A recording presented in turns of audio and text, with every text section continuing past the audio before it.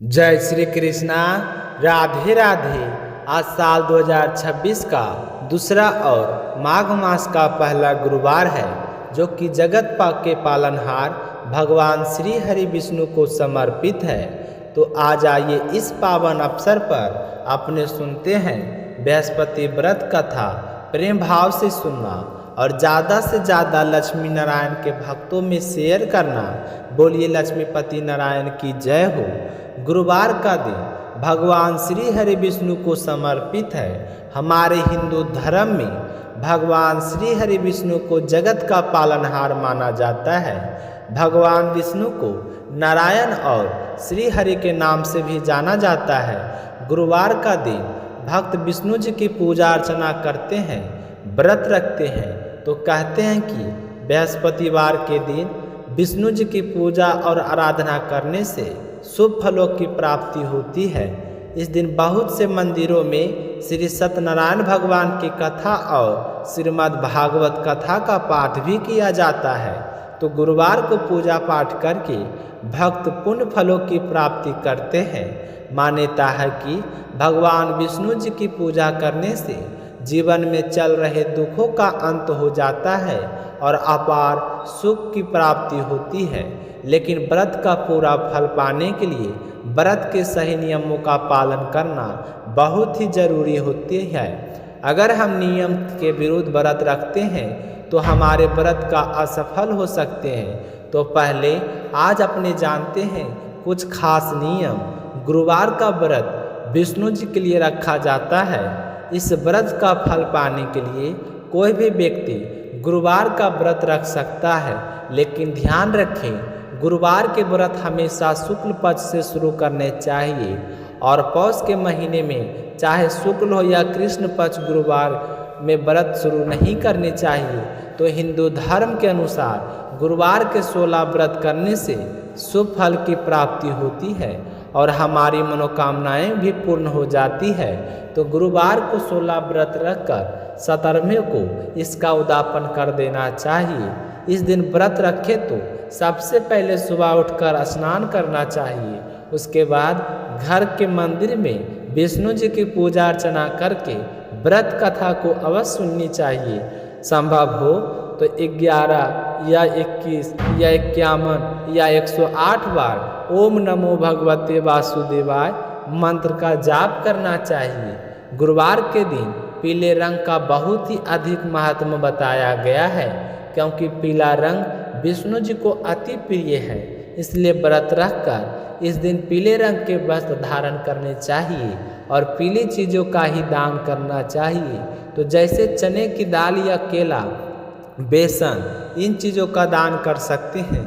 लेकिन ध्यान रखें कि व्रत रखने वाले को भूलकर भी केला ग्रहण नहीं करना चाहिए। गुरुवार के दिन भगवान विष्णु का केले के पेड़ की जड़ में विधि पूर्वक पूजन करना चाहिए।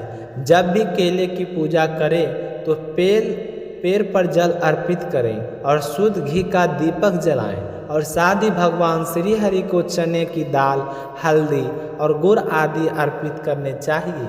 गुरुवार का व्रत संतान, संपत्ति, बुद्धि और शिक्षा के लिए किया जाता है। अगर आपके विवाह में देरी हो रही हो तो आप भी गुरुवार का व्रत कर सकते हैं। ऐसा करने से आपकी कुंडली में विवाह के योग बनने लगेंगे। गुरुवार का दिन कपड़े नहीं धोने चाहिए। महिलाओं को अपने बाल नहीं धोने चाहिए।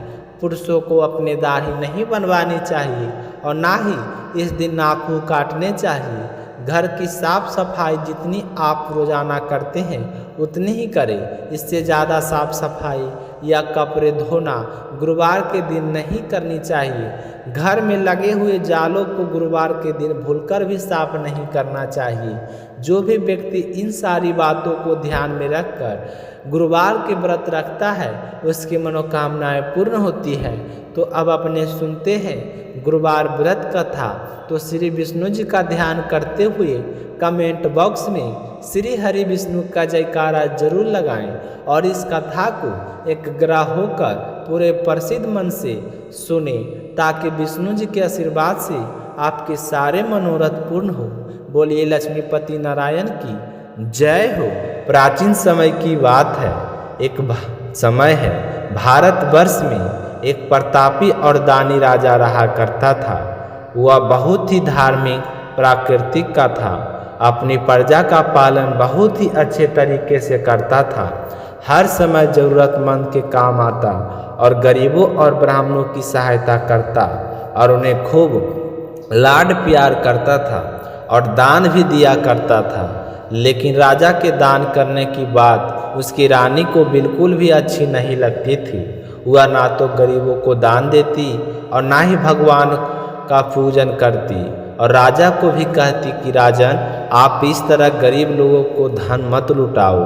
अगर आप ऐसा ही करते रहें तो एक दिन ऐसा आएगा समय कि हमारे खजाने में बिल्कुल भी धनराशि नहीं बचेगी। लेकिन राजा पर रानी की बातों का कोई असर नहीं होता था। एक दिन राजा शिकार खेलने वन को गए हुए थे और रानी महल में अकेली थी। उसी समय बृहस्पति देव ने सोचा कि क्यों ना आज रानी की परीक्षा लिया जाए। तो यह सोचकर गुरु बृहस्पति ने एक साधु का वेश धारण करके राजा के महल में भिक्षा के लिए आ गए और आवाज़ें देने लगे। तो जैसे ही आवाज़ सुनकर रानी बाहर आई तो साधु बाबा ने कहा कि बेटा भिक्षा दो। तो रानी कहने लगी कि नहीं साधु महाराज, मैं भिक्षा नहीं दे सकती। तो साधु बाबा कहने लगी कि क्यों बेटी, क्या बात है। तो रानी कहने लगी कि हे साधु महाराज, मैं तो इस दान पुण्य से तंग आ गई हूँ। मेरे पति सारा धन लुटाते रहते हैं। मेरी तो इच्छा है कि इससे अच्छा हो कि हमारा सारा धन नष्ट हो जाए। फिर देखती हूँ कि राजा इस तरह दान कैसे करते हैं, क्योंकि इस धन को एक ना एक दिन ऐसे ही नष्ट होना है। क्योंकि राजा रात दिन गरीब लोगों में धन को लुटाते रहते हैं। तो रानी की बात सुनकर साधु बाबा ने कहा कि हे देवी, तुम तो बड़ी विचित्र हो। धन संतान तो सभी चाहते हैं, पुत्र और लक्ष्मी तो पापी के घर में भी होनी चाहिए। यदि तुम्हारे पास अधिक धन है तो भूखों को भोजन कराओ, प्यासों के प्याऊ लग बनवाओ और मुसाफिरों के लिए धर्मशाले खुलवाओ। जो निर्धन लोग हैं अपनी कुमारी कन्याओं का उनका विवाह नहीं करवा सकते, उनका विवाह करवा दो। यह सुनकर बड़ी सौभाग्य की बात है। तुम्हारे पास बहुत अधिक धन है। बेटी, दान से कभी भी धन नष्ट नहीं होता, वह तो 4 गुना हो जाता है। इसलिए तुम अपने धन को अच्छे कामों में लगाओ। ऐसा करने से तुम्हारा यश लोक और परलोक में फैलेगा। परंतु रानी पर साधु बाबा की बात का कोई असर नहीं पड़ा। वह कहने लगे कि हे साधु बाबा, आप मुझे कुछ ना समझाएं। मैं ऐसा धन नहीं चाहती जो हर जगह बांटती फिरूं। तो रानी की बात सुनकर साधु बाबा बड़े ही दुखी हुए और फिर कहने लगे कि बेटी, तुम्हारी अगर यही इच्छा है तो ऐसा ही होगा। मैं तुम्हें कुछ उपाय बताता हूँ जिनके करने से बहुत ही जल्द तुम्हारा सारा धन नष्ट हो जाएगा। तुम गुरुवार के दिन घर को गोबर से लिपना, फिर सिर धोकर स्नान करना, भट्ठी चढ़ाकर कपड़े धोना। ऐसा करने से सारा धन नष्ट हो जाएगा। इतना कहकर साधु महाराज वहाँ से अंतर्ध्यान हो गए। यह सुनकर रानी बहुत ही खुश हुई। अब जैसे ही गुरुवार का दिन आया तो जो उपाय साधु बाबा ने बताए थे उन सभी का पालन किया और ऐसा करने से केवल 3 गुरुवार बीते थे कि उनकी सारी धन संपत्ति नष्ट हो गई। भोजन के लिए राजा का परिवार तरसने लगा। अब तो ऐसे दिन आ गए थे कि उन्हें एक अन्न का दाना भी नसीब नहीं हो रहा था। तो एक दिन राजा ने रानी से कहा कि रानी, तुम यहीं पर रहो, मैं दूसरे देश को जाता हूँ, क्योंकि यहाँ पर मुझे सारे लोग जानते हैं। इसलिए मैं कोई छोटा कार्य तो कर नहीं सकता। मैं थोड़ा बहुत धन कमा कर लाऊंगा, जिससे हमारा गुजर बसर अच्छा से हो जाएगा। ऐसा कहकर राजा परदेश चले गए। वहाँ जाकर जंगल से लकड़ी काट कर लाते और शहर में बेच देते। तो इस तरह अपना जीवन यापन करने लगे। लेकिन लकड़ियाँ बेचने से राजा को ज़्यादा कुछ नहीं मिलता। खुद का गुजारा बड़ी मुश्किल से होता था और उधर पीछे राजा के जाते ही रानी और दासी बहुत ही दुखी रहने लगी। एक बार की बात है, रानी और दासी को 7 दिन तक बिना भोजन के रहना पड़ा। दोनों भूख से व्याकुल हो उठे तो रानी ने दासी से कहा कि दासी, पास के नगर में मेरी बहन रहती है, वह बड़ी धनवान है, तुम उसके पास जाओ और भोजन की सामग्री लेकर आना। उससे कहना कि आपकी बहन ने कहा है कि ताकि हमारा कुछ दिन तक अच्छे से गुजर बसर हो जाए, वरना भूख के मारे मेरे तो प्राण निकल जाएंगे। तो दासी रानी के कहे अनुसार उनकी बहन के पास गई। उस दिन गुरुवार का दिन था और रानी की बहन उस समय गुरुवार की व्रत कथा सुन रही थी। तो दासी ने रानी के पास जाकर कहा कि हे रानी, आपकी बहन ने मुझे आपके पास भेजा है। लेकिन रानी ने सामने से कोई जवाब नहीं दिया। जब दासी को रानी की बहन से कोई उत्तर नहीं मिला तो वह बहुत ही दुखी हुई और भाग को कोसती हुई वापस अपनी रानी के पास आ गई और आकर रानी को सारी बात बता दी कि आपकी बहन ने मेरी बात का कोई जवाब नहीं दिया।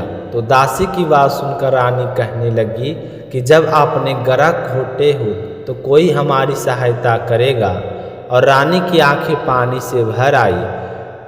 तो उधर रानी की बहन पूजा समाप्त करके उठी तो सोचने लगी कि मेरी बहन की दासी पता नहीं क्यों आई थी, मेरे ना बोलने वह अवश्य दुखी हुई होगी, मुझे जाना चाहिए।